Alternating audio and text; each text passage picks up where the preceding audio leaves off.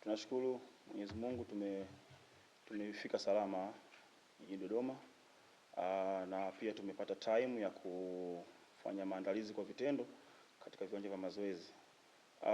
Kikubwa mpaka sasa wachezaji wako vizuri na wana afya njema na wako tayari kiakili, kimwili kwa ajili ya huo mchezo. Na niseme tu kuwa timu ina morali, wachezaji wana morali. Preparation is good kwa sababu tumeona kwenye viwanja mazoezi wana understand kwa kile kitu ambacho tunakitengeneza kwa ajili ya mchezo ambao unafuata. Kwa hiyo kuhusu maandalizi kiufundi tuko sawa na tuko tayari kwa ajili ya kufanya vizuri katika mchezo na Mtibwa hapo kesho na kuweza kupata alama 3.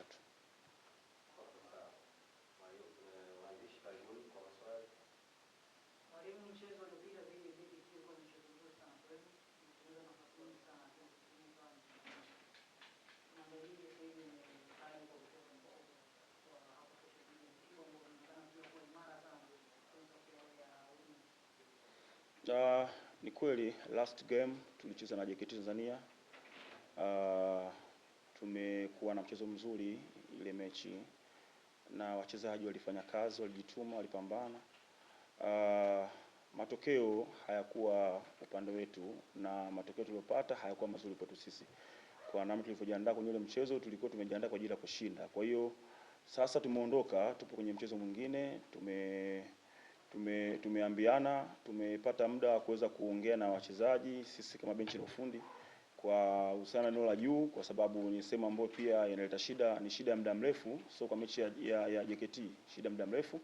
Kwa hiyo tayari tuna kazi ya kufanya, tumeweza kuambia wachezaji husika eneo la juu na timu kwa ujumla, na tumepata muda kufanya maandalizi kwa eneo la juu ili mchezo unaofuata tuweze kupata matokeo, tuweze kufunga, tuweze kupata matokeo, kwa sababu mpaka sasa hivi tuna mechi 10 hatujapata alama 3. Kwa hiyo ni kitu ambacho pia kila mmoja kinamuumiza kwenye timu. Kwa hiyo kila mmoja huwa anatafakari na muda ambao anapata yeye kwamba kuna deni kubwa tunadaiwa na Watanganyika, kuna deni kubwa tunadaiwa na viongozi timu kwa ujumla kwa ajili ya kupata alama 3. Kwa hiyo tumekubaliana na tumejiandaa vizuri, tumeweka vizuri eneo la juu vizuri, tumeweka mpango mzuri kwa ajili ya kuweza kupata matokeo katika mechi inayofuata. Kwa hiyo niwahakikishie kwamba kwa mchezo wa kesho timu itaenda kufanya vizuri. Tutachukua kile ambacho tumetoka kucheza mechi iliyopita, ule muendelezo, na mchezo huu tumeenda vizuri, kwa pale palipoishia basi tumepaendeleza vizuri kutegemea kuwa na mchezo mzuri kesho.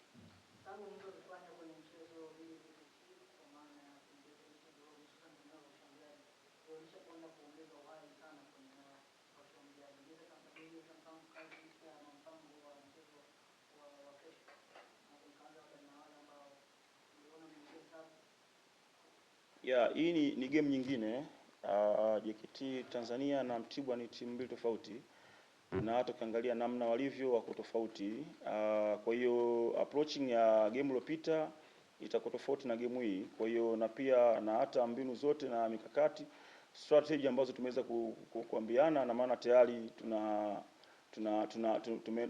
tumeenda kwa sehemu nyingine, kwa sababu last game tulikuwa na mpango huu na this game tunakuwa na mpango mwingine. Kwa hiyo tegemea kuwa na mpango mwingine, tactical nyingine na strategy nyingine ambazo tumeweza kutengeneza kwa ajili ya mpinzani tunakutana naye. Kwa hiyo tumeka mpango mzuri kulingana na mpinzani ambao tunakutana naye.